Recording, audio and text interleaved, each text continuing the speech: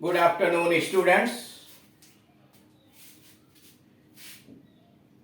इस वीडियो 140 यानी 140 वाले वीडियो के अंतर्गत हम लोग स्टडी से संबंधित वाक्य कैसे बनते हैं, उनका प्रयोग कैसे किया जाता है, इस संबंध में जानकारी प्राप्त करें।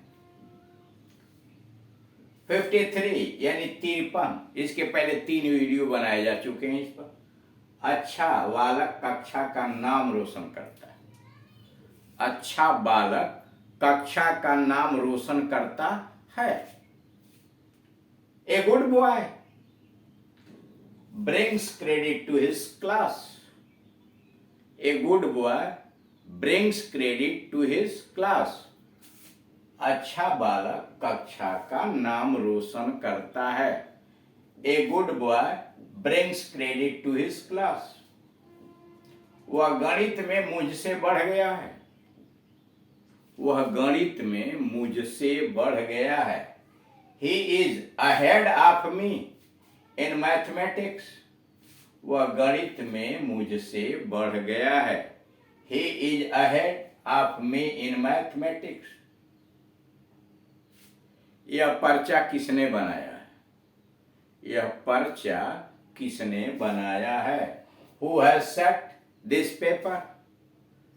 यह पर्चा किसने बनाया है? Who has set this paper?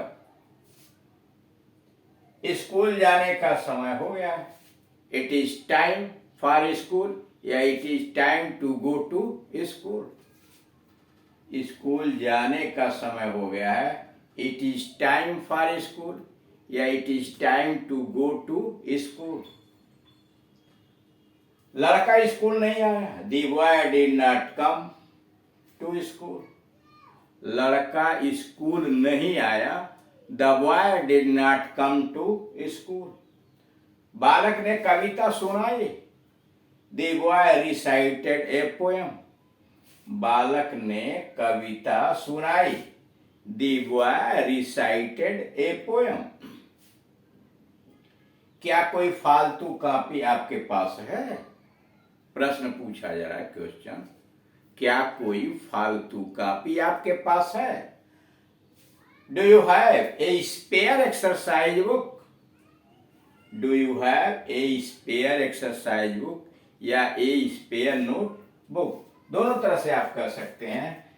क्या कोई फालतू कॉपी आपके पास है? प्रश्न पूछा जा रहा है, मतलब एक्स्ट्रा जानना चाहता है कि क्या आपके पास कोई फालतू कॉपी है।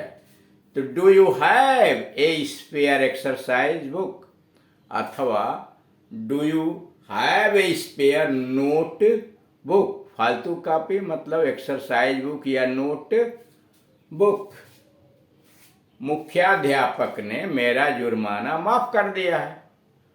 मुख्याध्यापक ने मेरा जुर्माना माफ कर दिया है। The headmaster exempted my fine।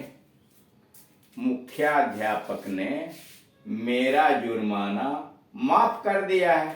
The headmaster exempted my fine। उसे अंग्रेजी में विशिष्टता प्राप्त हुई है। उसे अंग्रेजी में विशिष्टता प्राप्त हुई है। He has got distinction, विशिष्टता, distinction in English। उसे अंग्रेजी में विशिष्टता प्राप्त हुई है। He has got distinction in English। तुम्हारे पास कला के विषय हैं या विज्ञान के? तुम्हारे पास कला के विषय हैं या विज्ञान के? Have you offered arts or science? तुम्हारे पास कला के विषय हैं या विज्ञान के? Have you offered arts or science? मेरे पास भौतिकी, रासायनिकी और जीव विज्ञान है। मेरे पास, जवाब मेरा, मेरे पास भौतिकी, रासायनिकी और जीव विज्ञान है। आई हैव ऑफर्ड, मैंने डिमांड किया। आई हैव ऑफर्ड, प्रस्तुत किया फिजिक्स, केमिस्ट्री एंड बायोलॉजी। मेरे पास भौतिकी, रासायनिकी और जीव विज्ञान है तो I have offered physics, chemistry and biology. अब आइए नोट पर। Note number 1, this loan is repayable with in 20 years. इस वाक्य पर ध्यान दीजिए। दिस लोन, यह ऋण, इज रिपेबल, लौटाने योग्य है, विद इन 20 ईयर्स, मतलब यह ऋण 20 साल की अवधि में लौटा दिया जाना चाहिए। ठीक। दूसरा वाक्य, when would you come, would you return, when would you return, आप कब लौटोगे, व्हेन वुड यू रिटर्न, आप कब लौटोगे। जरा इन वाक्यों में ध्यान दीजिए। रिपेबल बना हुआ है री और पेबल से। पे मूल शब्द है, पे का मतलब चुकता करना, अदा करना, उसमें एबल जोड़ा गया है पीछे, सफिक्स, फिर उसके आगे जोड़ देते नया शब्द बना पेवेबल, और उसमें आगे सफिक्स जोड़ा गया, ये प्रीफिक्स जोड़ा गया री, तो नया शब्द बना रिपेबल।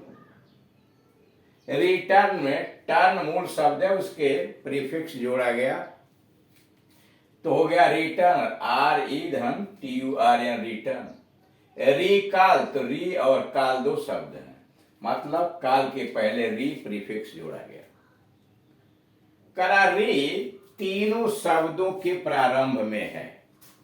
करा तीनों शब्द जो आप देख रहे हैं, रिपेबल है, रिटर्न है, रिकाल है, इन तीनों शब्द के प्रारंभ में आर ए री आया हुआ। ठीक।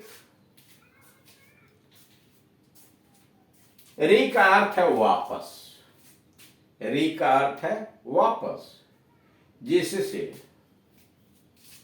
रिपेबल, रिपेबल का मतलब वापस दे, अर्थात लौटाने योग्य। री का मतलब है, देख रहे हैं, अर्थ है वापस यानी पुनः, तो रिपेबल यानी लौटाने योग्य या वापस करने योग्य।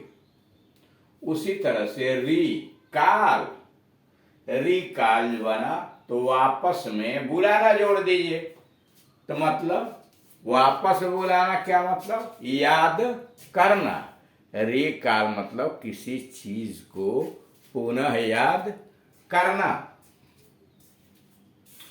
करा री को उपसर्ग, प्रीफिक्स कहते हैं। री जो आया है उसे उपसर्ग या प्रीफिक्स कहते हैं।